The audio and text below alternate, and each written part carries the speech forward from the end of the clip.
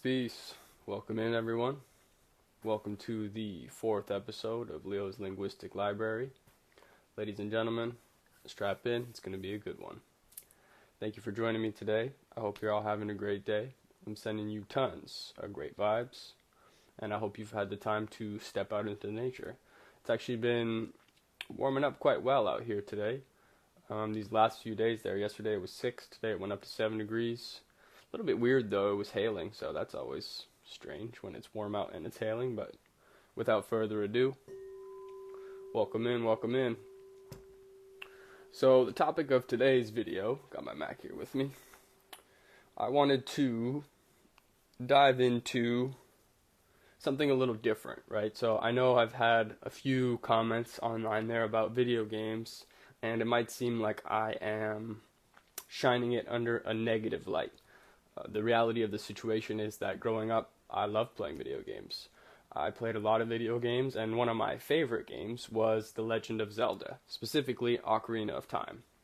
For those of you that know, you know, and if you don't know, I would highly recommend you get started and play that game because it is fantastic. One of my favorite games to this day.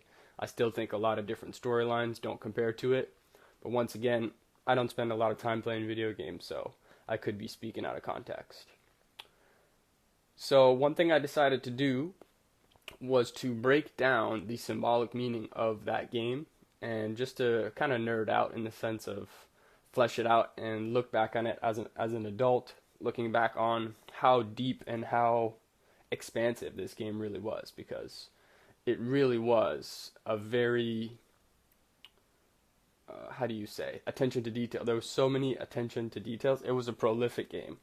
And so the one thing I wanted to do today is to flesh out certain symbolic meanings and certain things that stuck out to me as an adult that make this game really stand out. And I also want to share the meaning that I'm doing this. So the reason that I'm taking the time to dive into this specific symbolic video game and fleshing it out was because as I was meditating the other day, I was introspecting, as I do. And the one thing that came to me was to introspect on why I spent time playing video games. And I think this is something that a lot of you can relate to, and a lot of you will relate to. But for me, growing up, there were certain times where it was a good escape from reality. I'll put it that way. You know, like there were certain things going around in the house where you wanted to go into your own space, go into your own mind, and playing video games was a great way to do that because it immersed you. It really immersed you in this bubble of creativity and this bubble of expanding your avatar, right? Which is what we do as characters in this world. We expand our avatar and we improve. And so the reason that I am doing this video today is because I'm honing in on a specific niche with my business. And that niche being that I am helping men utilize their most valuable assets, right? And specifically the men that I want to target is the men that spend a lot of time playing video games. So for me, the reason that I played a lot of video games growing up, Nip wants to say what up. The reason that I spend a lot of time playing video games growing up was to have that escape, right? To be able to step out of my current reality and step into an imaginative reality, which is a great thing. I think, there are few things that do that as good as video games. There are few mechanisms that we can use, or there are few channels or mediums that we can utilize that are as effective as video games. I truly think that video games are one of the best mediums for a child to escape their own reality and step into a virtual world, to step into a fantasy world, right? And Zelda did that for me. Zelda really did that for me because of how much attention to detail the creators did and how much of it was a mix. So for those of you that don't know, Zelda was basically the archetypal hero story, right? So you know what that is. Obviously, you've heard it time and time again. As Nip's playing with the camera. Sorry for the shake. Nip, leave that, okay? And so, the one thing that really stuck out for me was that that's a beautiful thing, right? Like, that's a really valuable thing to be able to step into that, to be able to move through life and have escapes where you can detach emotionally, physically, and mentally from what's going on. Thanks, Nip. And doing so allows you to come back with more energy and come back with more wisdom. You want to go up by the window? Go ahead. You can hop up there. So, without further ado, let's hop right into it. And as I said, the niche that I'm going to be targeting moving forward is that I'm helping guide men to properly utilize the assets that they currently have.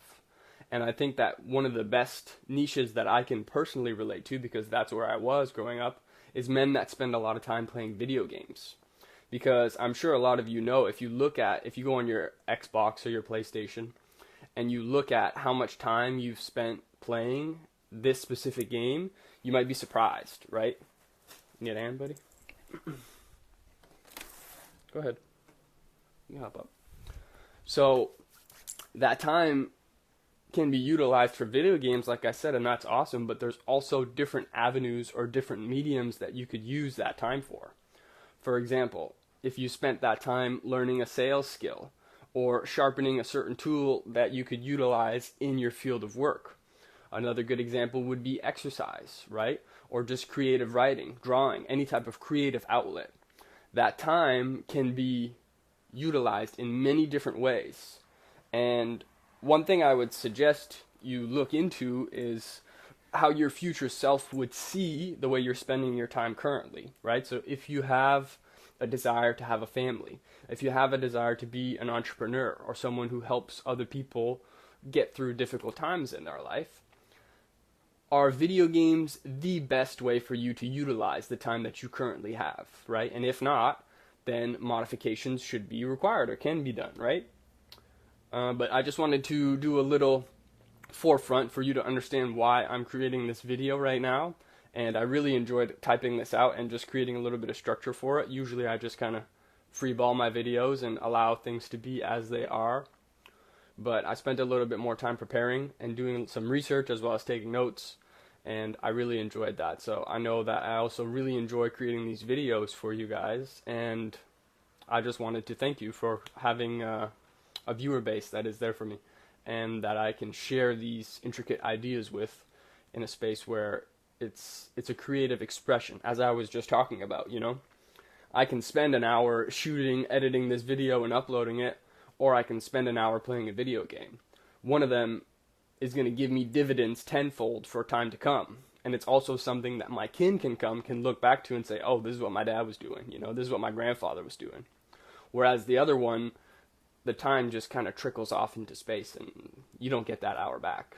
And it's my personal belief that one of the most valuable assets that we have besides health is time, right? Because time, they say time is money, but it's not true. Because I could spend 100,000 and then make another 100,000, now I got 100,000 still. But if I spend 10 hours doing something, that time is gone, right? That time is invested. So I don't see that time as being wasted, it's invested. But we can make different investments in our life. We can make many investments in our life. And as I said, one of the most valuable assets that we have is time. So that's my reason for creating this video. And without further ado, let's hop right in. Ashe. So, through The Legend of Zelda: Ocarina of Time specifically, there's two chapters, two pieces to the game. There's Child Link, and then there's Adult Link. When the Child Link is going through, he has to get 3, I believe they're called emeralds, basically 3 crystals that he captures. The Forest Temple, the Fire Temple, and the Water Temple. I think they're called dungeons when he's a kid. So the Forest Dungeon, Fire Dungeon, and the Water Dungeon. As an adult, he goes through 6 temples. They're called temples when he's an adult. And those being Forest, Fire, Water, and then the Air Temple, the Earth, and the Spirit Temple. So, I'm just going to break down symbolically what each of those dungeons or temples can represent and how they can be implemented and understood as an adult. Because as a kid, you're kind of just playing it, you're like, that's a cool idea, but there's really deep symbology, and they use symbols throughout the entire game, which have a much deeper meaning, right? When you look into it, it's cool. And as I'll explain it, I'm sure you'll kind of spark certain memories, which is pretty cool. So the first one you go into is the Forest Temple, right? When you're a kid, basically he's living in this village called the Kakariko Village, where every kid is a kid forever, and there's no growing up, right? But he gets assigned a fairy at the beginning of his journey, and he's basically informed, and he was like pretty much ostracized throughout his whole childhood. Like, he was set to the side, he was different, he was this, he was that, which is something I heavily relate to. And the reason being is that he's not a Kakariko village child. He's actually a Hylian child, which is a different species, and they actually grow up. Not a different species, a different type of person, different character in the game, if you will. And these ones grow up, right? So they're not the same. They're a little different. And I'm sure a lot of you can relate to that. As children, they tend to alienate or ostracize the ones that are different. Even if they don't know exactly, they can't pinpoint what makes them different, it's a feeling. And that feeling, a lot of the time, it stems from insecurity of, push this to the side because I don't want people to know he's different, because in reality, being different is cool, right? If you're just like everybody else all the time, that sucks, you know? Like, one of my favorite quotes is that I'm glad people are different, because if everyone was the same, how boring would life be? So the first thing he goes through is called the Great Deku Tree, and this tree has a spell put on it, and so it's rotting from the inside out. And his goal is to go through the dungeon, the tree itself, and to find where that source is, that source of the infection, the virus, and then to kill that, to get rid of it. He ends up doing so, but in reality he does so little too late, and as he does so, the tree ends up dying, right? And before the tree dies, he hands him a message, which is where he learns that he's actually not a spirit child. He is a regular person that is going to age. And thus begins his journey, the hero's journey. He is essentially tossed in the water and told to swim, which is a pretty tough way to learn how to swim if you know anything about that. If you can relate to that, that's quite a difficult way to learn how to swim. So, from what I understood from that, the Forest Temple represents all things mystical and the wonder associated to being a child. Things are magical and life is interesting / exciting, you know? When I was a kid, I remember having like imaginary friends and just creating these imaginary concoctions and all of these type of things that we don't do as adults anymore, because as you grow up in this education system, they tell you to sit down, focus, stop looking out the window, you're using your imagination, we don't want you to do that. And thus begins your adult conditioning, right? It's a conditioning. School is a conditioning system, and they train you to be a certain way, the way they want you to be, a worker, essentially. So, past that, he gets an instrument from one of his friends, a girl called Soraya. I think Soraya was her name. Basically just a spin on Sarah, but and so this girl gives him an ocarina, which is an instrument. And throughout the entirety of the game, he learns different songs that do different things, which if you study music or if you create music, you understand the power of vibrational frequency. You understand how powerful creating a song and passing that on can be to deliver a message. And furthermore, because it's a video game, right, he uses the ocarina to teleport and time travel, as well as affect different weather conditions, which is super cool, right? Like, when you're a kid and you're seeing stuff like that, it just sparks creativity in your mind, and it sparks your imagination to create your own types of technological advancements, or just, you know, magical advancements. Any type of thing that sparks your creativity, in my opinion, is a good thing. So, furthermore, he hops into the next dungeon, which is the Fire Dungeon. And basically, this one, he interacts with the Goron community, which is like these rock-type beings, and they're very strong, and he gets introduced to Brotherhood, which is super interesting if you think about it, that was one of the first things he was introduced to in the real world when he stepped out of his fairyland. And this Goron community was very tough for him to get into, as any brotherhood is. Any worthwhile brotherhood that you could be around is going to be difficult to infiltrate and penetrate, because they are united. They are a forefront. They are associated to the element of earth, right, and fire. So, but once you're in, then you're in, and you're part of that community, and they'll die for you. You'll die for them. So the one thing he does is he does the same thing. It repeats over and over, where these dungeons are infected by the main antagonist in this story is Ganondorf, and he is the one who sets these spells, hexes, and curses throughout different dungeons, and he gives essentially these illnesses upon different communities to splinter them off and kill them one by one, so that he can rule over the entire kingdom. The one thing I forgot to mention too is that the game is also based off of the Triforce. So I think the Triforce is essentially 3 triangles that make up 5 triangles, and so Link has one of the triangles. Zelda, Legend of Zelda, has the other one, and Ganondorf steals the third.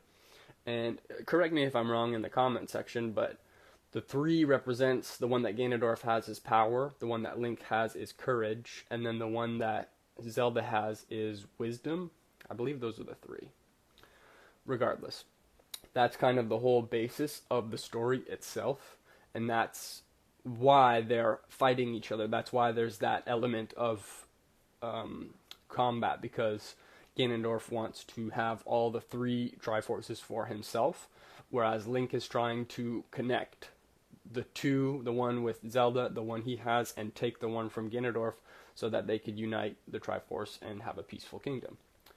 So that's basically the arc. And Ocarina of Time comes from the ocarina that Zelda gives Link after they meet, and this one allows him to travel through time.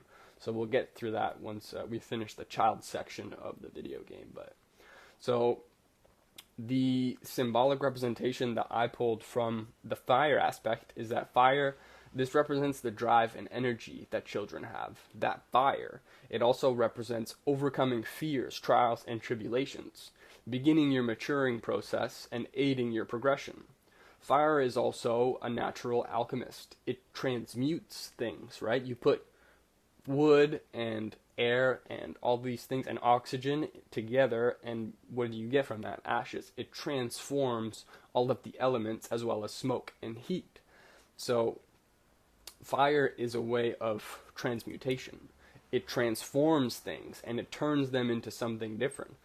And fire is very powerful, as when we first learned to use fire in civilization, we for sure had difficulties with it, and we for sure made a fire that was too big and ended up burning down the whole village and stuff like that, right? So with that being said, fire is to be respected because it is powerful.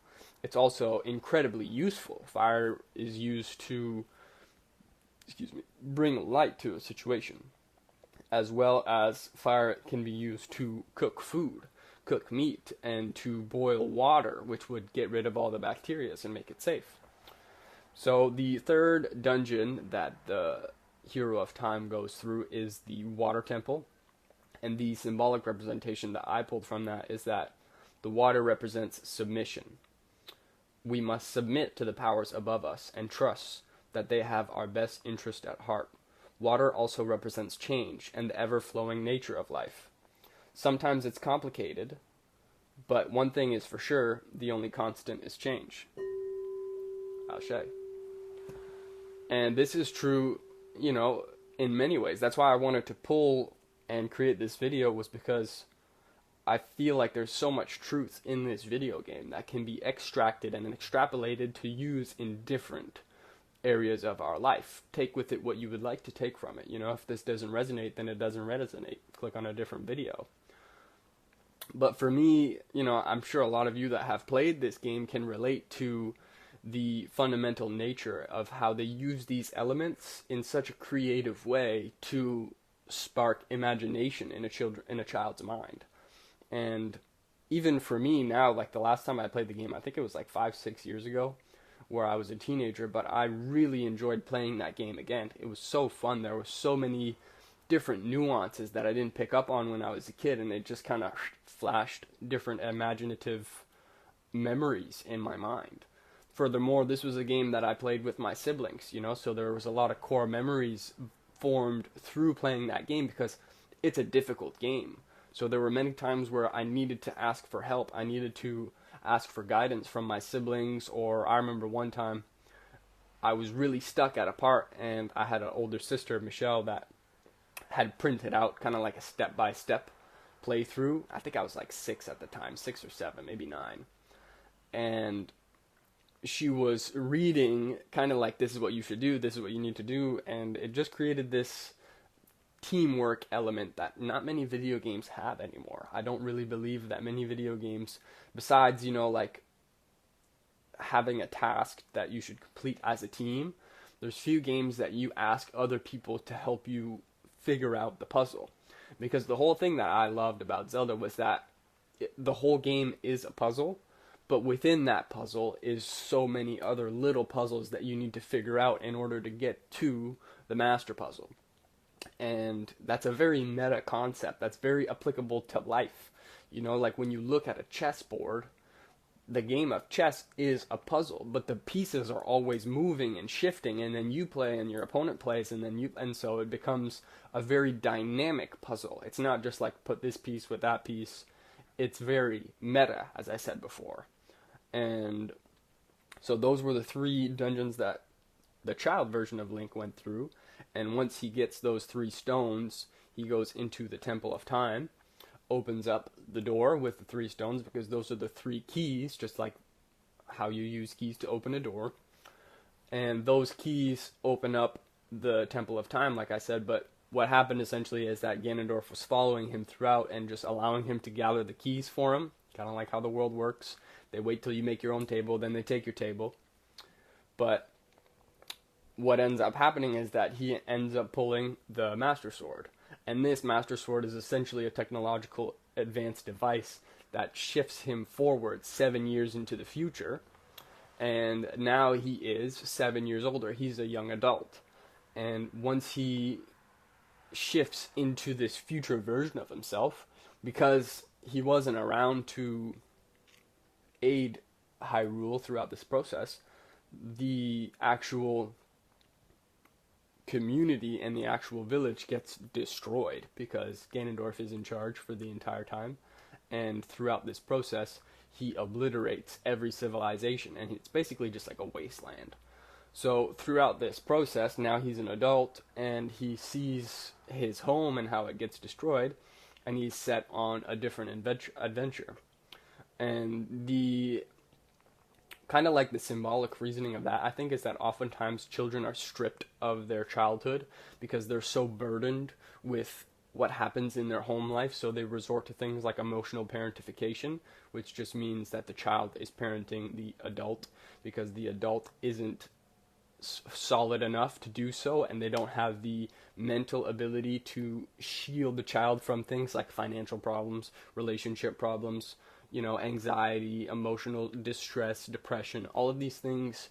If a child is exposed to that very early on, what we do as a child is that we always blame ourselves, right? So if mom and dad aren't happy, if mom and dad are having arguments and they're not getting along very well, the child will instantly assume that that's my fault. Like I'm the reason that they're not happy.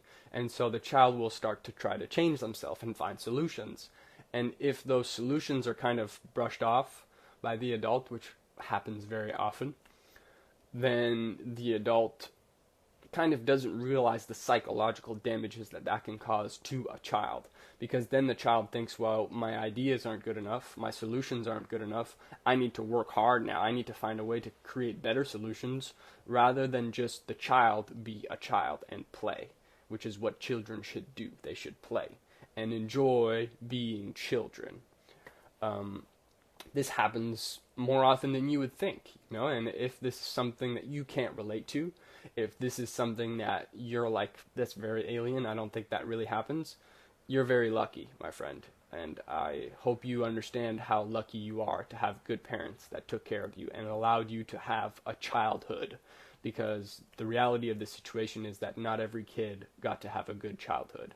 Not every kid got to feel safe. You know, I can speak to that personally. If you don't feel safe in your own environment and you are fearful of your own parents, then that can cause certain psychological, that can cause certain psychological defects, and it could make you be very introspective. You can be very empathic. You could develop these things that can be helpful in your future and later on in your life if you choose to take the right perspective of them. But as a child, it becomes very burdensome. You carry that weight on your shoulder, and you often believe that these things are happening because I'm not good enough, because I'm not lovable, because, you know, like I'm not receiving the love because I'm just unlovable, which isn't true. And the thing that's often coincided with this is that the parents that often exhibit this type of behavior because they have mental health issues, they can't and they don't go out of their way to teach the child proper self-soothing.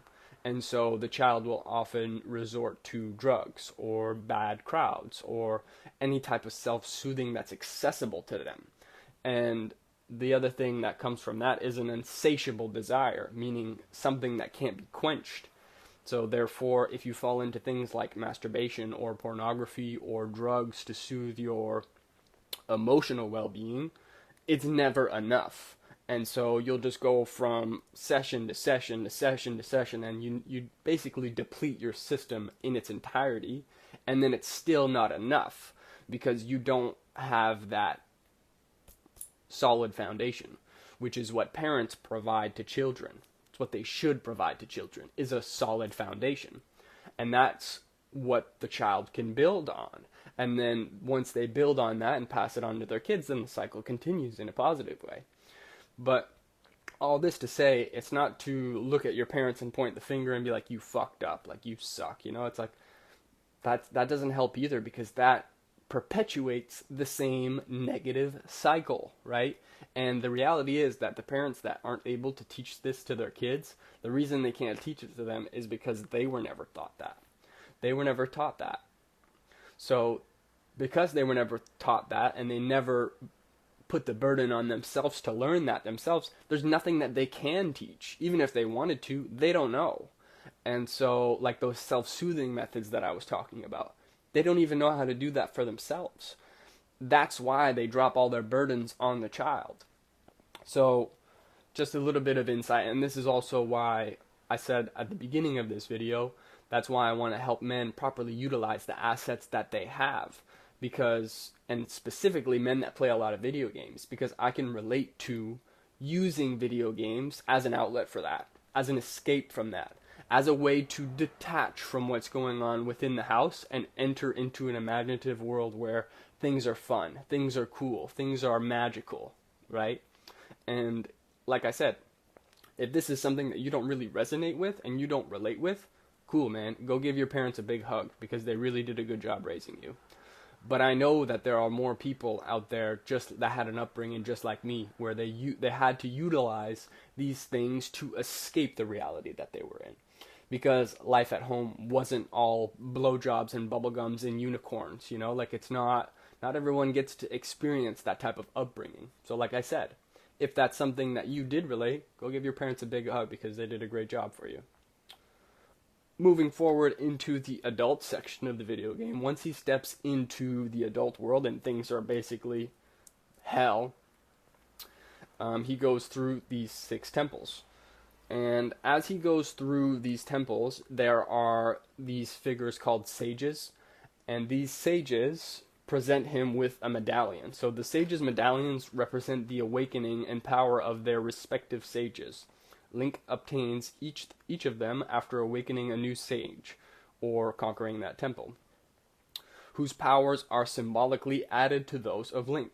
So a good analogy that I would use is like, when you overcome certain things in your life, let's say you have a fear of the dark, let's say you have a fear of water because of previous experiences that were negative growing up.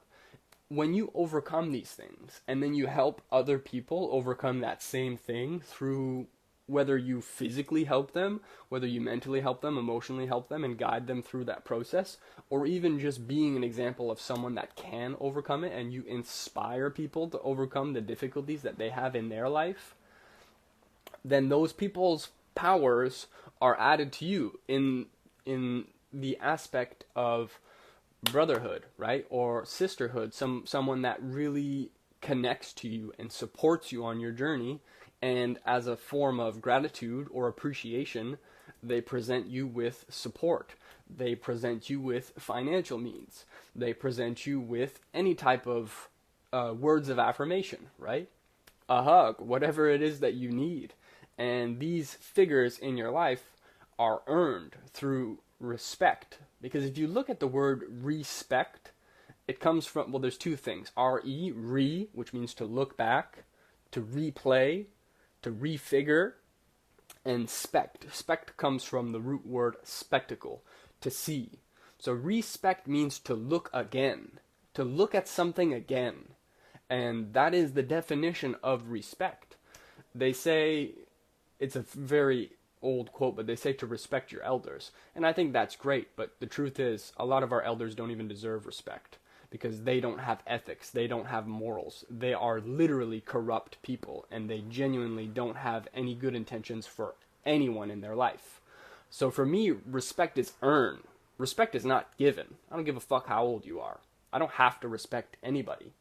But the thing about me is that I always give respect first. I always give respect first, because why wouldn't I, right? It would be cynical to go through life expecting respect without giving any respect. So for me, I always give my respect first. But if you disrespect me after I respect you, bro, fuck you. Get the fuck out of my... Don't play with me like that. That's disrespectful. Disrespectful. Dis coming from speaking negatively on someone. So I just wanted to break down the etymology for you guys, because a lot of the times we hear these words and we're like, yeah, I know what that word is. Look into it, because there's a deeper layer that can be understood. And once you understand words, words are symbols. Words are a representation of what our ancestors used, and then we make modifications based on how we can properly utilize them within our life. But understanding etymology and where words came from, how they were rooted and how they came to be, is very interesting, and I would highly suggest all of you to do your own research on that, to look into words that speak to you, right? So the first one being when he goes into his adult life, his adult journey, the first one being the forest temple. And the forest, in my opinion, represents the artistic qualities that make adulthood fun and engaging, integrating the feminine aspect, which is creativity, self-love, nurturing, and caring for the planet, as well as all of the beings that reside within the planet. So this is something that I think a lot of people overlook the value of, because they don't understand that the more you respect yourself, the more you can respect other people, and the more you can respect the environment you're in and the planet that you're on. So if we behave in a respectful way, respect is bound to happen. It's bound to come back to us, because you get what you give. And as above, so below, as within, so without. That is the duality of reality. That is the nature of the way things work. And so I think that's super interesting. And I'll go through these a little quicker so this video doesn't run it up too long. Or I'll split it up so that the first part is on YouTube and the second part's on Patreon. I'll decide later. The second temple that the adult version of Link goes through is the fire temple. So fire represents the fire needed to succeed in life, that drive. Nobody is coming to save you. You must save yourself. And if people don't laugh at your goals, it's because they aren't big enough. You will only be free if you are self-made and self-sufficient. The fire represents the transmutation required to grow from a child to an adult. There are many things that we must let go of, but never forget. Remember the lesson, forget the teacher. Never stop connecting to your inner child within you, and continue to embark on those dreams and aspirations your inner child wanted you to accomplish before the world stuck a finger in your face and told you, no, you can't do that. That's not possible. Do it for yourself. Do it to prove them wrong, but also do it for your children so they have a wonderful father that they can look up to and be proud of.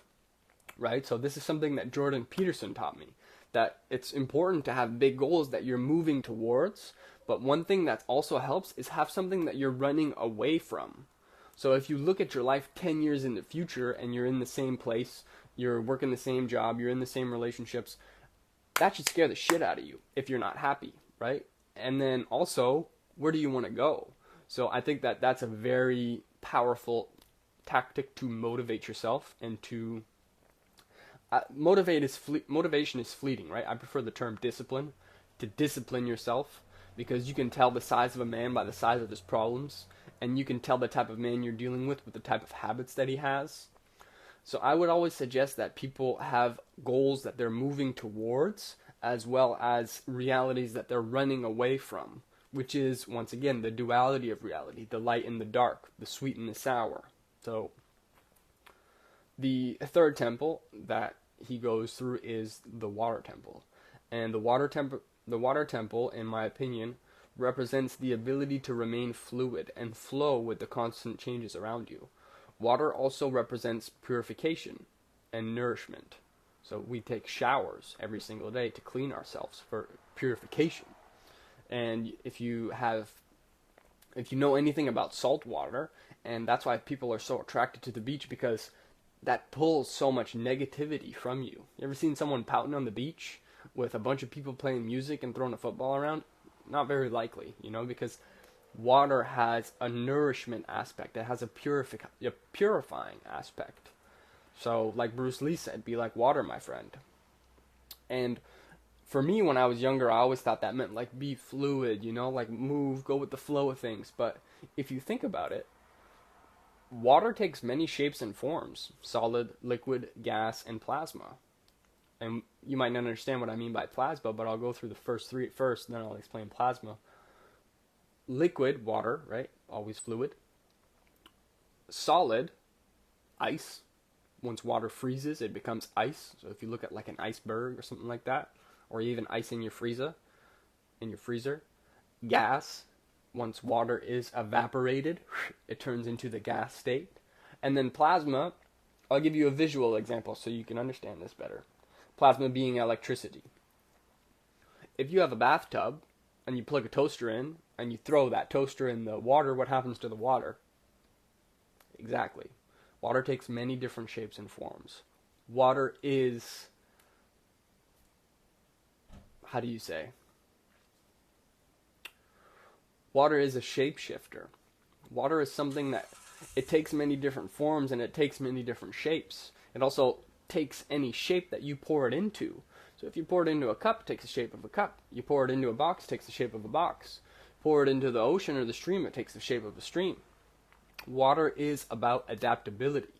And it's not the strongest that survives. It's the most adaptable. The one that can survive the longest. The one that can... And the same goes for a plan, in my opinion. The best plan is not the most rigid, this is step 1, step 2, step 3. The best plan is the plan that leaves room for improvement. Because very rarely do things go according to plan. Which reminds me of a funny quote. They say, if you want to make God laugh, tell him your plans. But the fourth one is the air, right? So the next one he goes into is air. And air represents the ability to let go of worldly possessions, connections, and attachments. Air represents soft, pure, mutable energy. Barely noticed, but incredibly essential. If you look at the show Avatar, The Last Airbender, which I'm sure you've watched, the air nomads removed themselves from society in order to be free spirits, free-flowing, and disconnected from worldly possession. One of my favorite quotes from that show was from Uncle Iroh, which is one of my favorite characters in any show I've seen, but he said, "If we only learn from one place, it becomes rigid and stale. Understanding others and the other elements can help us better understand ourselves." And this is when he was talking to his nephew, Zuko. This show is fantastic, and like I said, I really enjoyed the character and the masculine embodiment that Iroh was, because he was a true embodiment of masculine strength, in my opinion. Not strength overpowering, shove your face in the piss, suck it up, you're a bitch. Just very much, how do you say? He was very forgiving and allowing. But if things ever went against his ethics and his morals, he snapped back into that masculine frame of don't do that. And they say, like the love of a father is different than a love of a mother. And I truly believe that. But still, both of them are love. So the next one that he goes into is the Earth Temple. And Earth represents fortitude, having strong boundaries, as well as habits, routines that make you stronger, such as exercise, yoga, meditation, etc. Strong body equals a strong mind, and vice versa. Have a frame that others cannot intrude on. It's important to listen and take advice from others when necessary, but the true decision maker is yourself. Build trust in your own abilities and prove to yourself that you are worthy of all those things that you desire in life. This is something that if a lot of you are perfectionists or people pleasers, you might notice one thing is that you don't have a very strong frame. And I could relate to that. I used to have a very weak frame. This is important to overcome. And if you'd like to learn how to build a stronger frame, I'll leave my email down below. But the one thing that would definitely help you is a good way that I've learned to build my frame up. I'll give you a quick one now, but like I said, email me down below if that's something you'd be interested in learning more, or leave a comment down and we can get in contact that way. But I'll give you a quick one. A good way to build your frame is just to learn to say no to people. Like have a mantra in your head that says, if it's a no for me and it's a yes for you, then it's a no. And just allow that to be normal. Allow that to, because it's fine. It's fine to tell people no. There's nothing wrong with that. And you'll notice if you start saying no to people and they start playing these manipulative tactics and trying to find a way, notice that, right? And notice what kind of person you're dealing with. Because there should be no reason for them to do that. Manipulation is for the weak. The people that manipulate other people are the most insecure on this planet, because they don't have a strong frame, and they need you to bend to their frame. But the truth is, I can have my opinion, you could have your opinion, he could have his opinion, she could have her opinion. What difference does it make if we all have a strong frame? If we all understand that everybody's deserving of love, everybody's deserving of acceptance, everybody's deserving of being heard. There's no, I said it's this way, so you're wrong. That's immature. That shows that you don't have the mental fortitude to hold space for other people. And then how can you love someone if you can't even hold space for them and their opinions? You can't, because you're weak. And that's where having a strong frame comes into play, because the stronger your frame is, the more people can come to you and feel like they're not being judged, feel like they're not being pushed to the side, feel like they're not, just having this overwhelming feeling of I'm not good enough, or I guess I don't have time for this person doesn't have time for me because I'm not worthy of love. That's bullshit. That comes from people that aren't strong enough to love. And one of my favorite quotes is that when people don't have the strength to love, they will resort to judgment. And that's true. I'll let that sit with you for a second. So the last one that he goes through is the Spirit Temple. And this will be the last one before I close off the video. But I appreciate you guys tuning in and staying up until this point. So if you made it up until this point, drop a comment, put a 100 in the comments if you made it up to this point, so I know you did. And I appreciate you guys. Feel free to like and subscribe if you feel called to do so. We got a lot more videos like this coming out, and a lot more creative projects that I'll just be sharing with the world, because I believe creativity is a beautiful expression. And every man, woman, and child should have the freedom to express their creativity however they wish to do so. So the Spirit Temple that he went through represents spirituality, right? And seeking answers through introspection, which is why I think meditation is so powerful. Asking yourself deep, metaphysical questions, meditating, as well as activating your chakras, a divine connection to the source, understanding that love transcends all things. Things come and go in this life, but everything you need, you already have within you. We are all born in different parts of the world, but we are all in the same ship together. Ashe. I love you all, and I thank you for spending time to watch this video, and to learn more about yourself. And I'd like to close this video with a quote that I created myself, and that I love very much so, and it's near and dear to my heart. So before I tell you this quote, I love you guys to the moon and back, and I really appreciate you taking the time to listen to this video, to introspect, to meditate. If any of you want to learn more about your chakras, and if you want to start unblocking those chakras so that you can express your creativity, which a lot of that comes from the sacral chakra. Could be a heart chakra thing, but most of it is sacral, and below the sacral chakra is your root chakra, and that one is associated to feeling safe, feeling protected in your environment. So it makes sense logically that you wouldn't be able to express creativity if you didn't feel safe to do so. So the quote goes, "If one spends all of his time learning the ins and outs of wearing many hats, if one spends all of his time learning the ins and outs of wearing many hats, he will never acknowledge the crown that already lies on his head." Ashe. Cheers, guys. I'm going to catch you all in the next video. THDENT. This helps define. TMC. Shout out to UNIT. Shout out to my ancestors, and all praise to the Most High. Thank you, guys, and we'll talk soon. Peace. Positive energy always creates elevation. Hey, yo. Peace. Ashe. So it just dawned on me that I actually had the 6 medallions wrong in the video that I just shot. It's actually forest, fire, water, shadow, spirit, and then light. So the 2 that I had missed in the video were shadow and light, and I think I'm not going to reshoot the video because, in all honesty, I think that those were probably there for a reason, and a lot of you guys can pull value from whatever it is that I did create, so I'll just leave it, because the old Leo would be, how do you say, implementing perfectionism, and be worried that I made a mistake and it's not perfect and XYZ, but it is what it is. It's there for a reason, in my opinion. And like I said, maybe there are a few of you that will pull value from that. So I wanted to at least go over to the ones that actually played the game. They're gonna be like, this guy has no idea what he's talking about. But the 2 that I didn't talk about were shadow and light.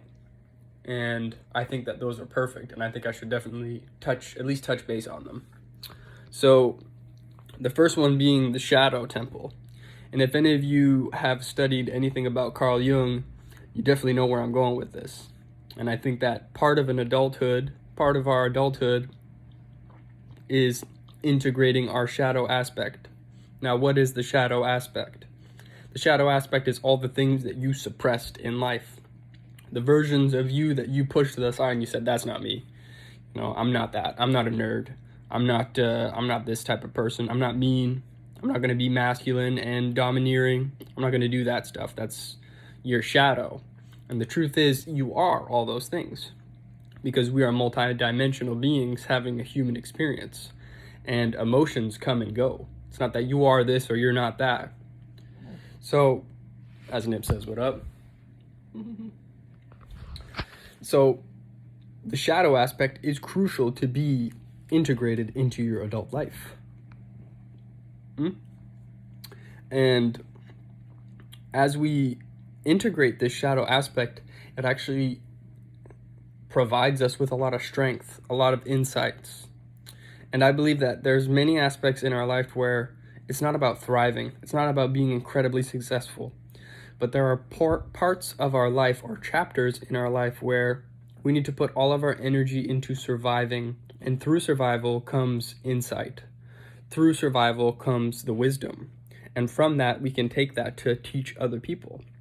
But more so, that builds our confidence, because the best way to build confidence is to make it through difficult situations, when you make it through difficult situations, situations that you thought you might not be able to make it through, that's how you develop a very strong sense of confidence, an inner confidence, confidence that other people can't pull away from you. So I would say that temple is associated to the shadow aspect of adulthood. And for those of you that played the game, you know it's the scariest temple. It's the temple with the most, gory symbology. It has the most amount of blood in it. It has the most, like, the scariest mini bosses, and the boss too isn't so for the faint-hearted, if you will.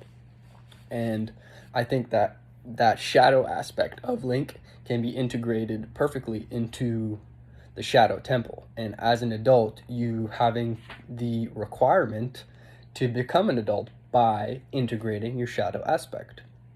The other one is the Light Temple. So the Light Temple is a great example of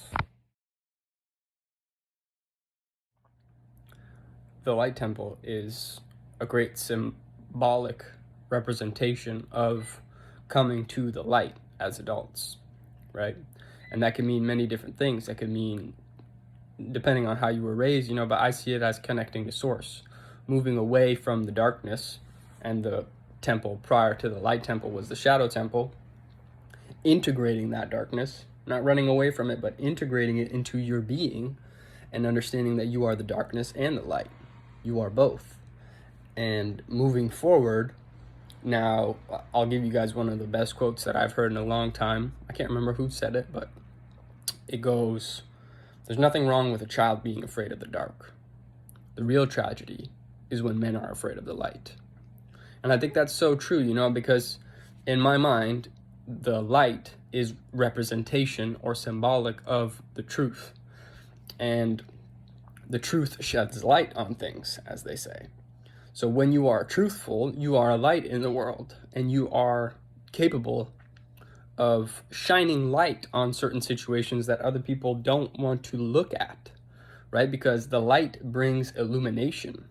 It brings clarity. I'll give you a great example. If you sit in a dark room and it's fully pitch black, you don't see that there's a table over there, that there's a TV over there. You don't see the bench press over here. You don't see the free weights. You don't see the animal on my right side. You don't see the kitchen behind me. It's just darkness. Darkness is unity. It's one. But when you shine light in a room, you see the wall, you see the posters, you see the couch, you see the person, you see what the person is interacting with. It brings illumination. And I think that this is a great job by the developers, the ones that created Ocarina of Time, to integrate that as the last temple, because many times that's the last step in our lives in terms of coming to the light. You need to go through the prerequisites in order to get there. You need to go through those difficult situations. You need to kill those demons. You need to overcome those bosses. You need to fight through those temples and those dungeons in order to get to a position where you have the strength to shine your light. Because, as I've said before in a previous video, I believe it's easy to be negative. It doesn't require much energy to spread negativity, but being kind, being generous, being loving, those are difficult things to do. And they require an inner strength. They require a certain amount of mental fortitude to be able to do so. And I think that it was no mistake that they placed this temple last, because at this point you have the most items in the game. You've leveled up your character the most. You are the most comfortable with all the controls in the game. Same way goes with life. And I think that's such a beautiful symbolic way to represent life and to close off the hero's journey. Even at the end of the game, you beat the big boss with the light arrows. Without the light arrows, if you don't have the proper items, you don't win. And I think that's very symbolic. And that's why, one of the reasons I wanted to shoot this video was to flesh out the symbology that's within this video and within this video game. There's so much meaning that we can derive from that, and the way you associate things in your life is the way you're going to see things. As I've said before, when you change the way you look at things, the things you look at change. So you could have played that game and said mid, like it's alright. It's not the best game. But for me growing up, I loved it. I loved it enough to shoot a 40, 50-minute video about it as an adult and to spend time using it as a tool to educate and to entertain. And furthermore, to guide, because I think that this is a great guide. And for me, it was a good guide in my life to look at this character that is just being courageous. And that's what the version of the Triforce that he has was, the Triforce of courage. That's what made him strong. That in his heart, having a strong heart, being able to do these things from a pure intention. And when you look at light, for example, real quick, to go on a different tangent, light is a spectrum, right? The colors, are a spectrum of the light. So also when you look at the chakra system, the 7 chakras, it's the same as the rainbow. And those colors are the same as there are the spectrum of light. But the spectrum goes beyond what we see visually. If you know, you know. But we choose to associate names to these lights because it makes it easier for us to comprehend. But the reality is that the spectrum is infinite. There is no end to the spectrum. The spectrum continues and it goes on and on. But we give it titles so that it can be digestible for our mind and so that we could easily assimilate the information. So, like I said, when you look at the colors of a rainbow, red, orange, yellow, green, blue, indigo, and violet, this is a spectrum. This is the spectrum of light. And like I said, I think it's very intelligent of them to place this temple last. So I just wanted to wrap up the video, and for the people that actually played the game, I didn't want them to go in the comments and be like, oh my gosh, he didn't even play the game, like he doesn't even understand which medallion is which with temple. I played the game. I definitely know, but I wanted to clarify. And like I said, I don't want to reshoot the whole video because I believe those tidbits of information are valuable that I left in there, talking about the earth and fire, water, right? Air. These are all elements that are integrated in our life. We are always constantly integrating and interacting, with the 4 elements, as well as the 4 phases of matter, which I touched on in the water section: solid, liquid, gas, and plasma. So with that being said, I just wanted to wrap it up real quick, put those 2 in so you guys know I did actually play the game. And with that being said, much love. I love you all. Thank you. Thank you for watching. Thank you for listening.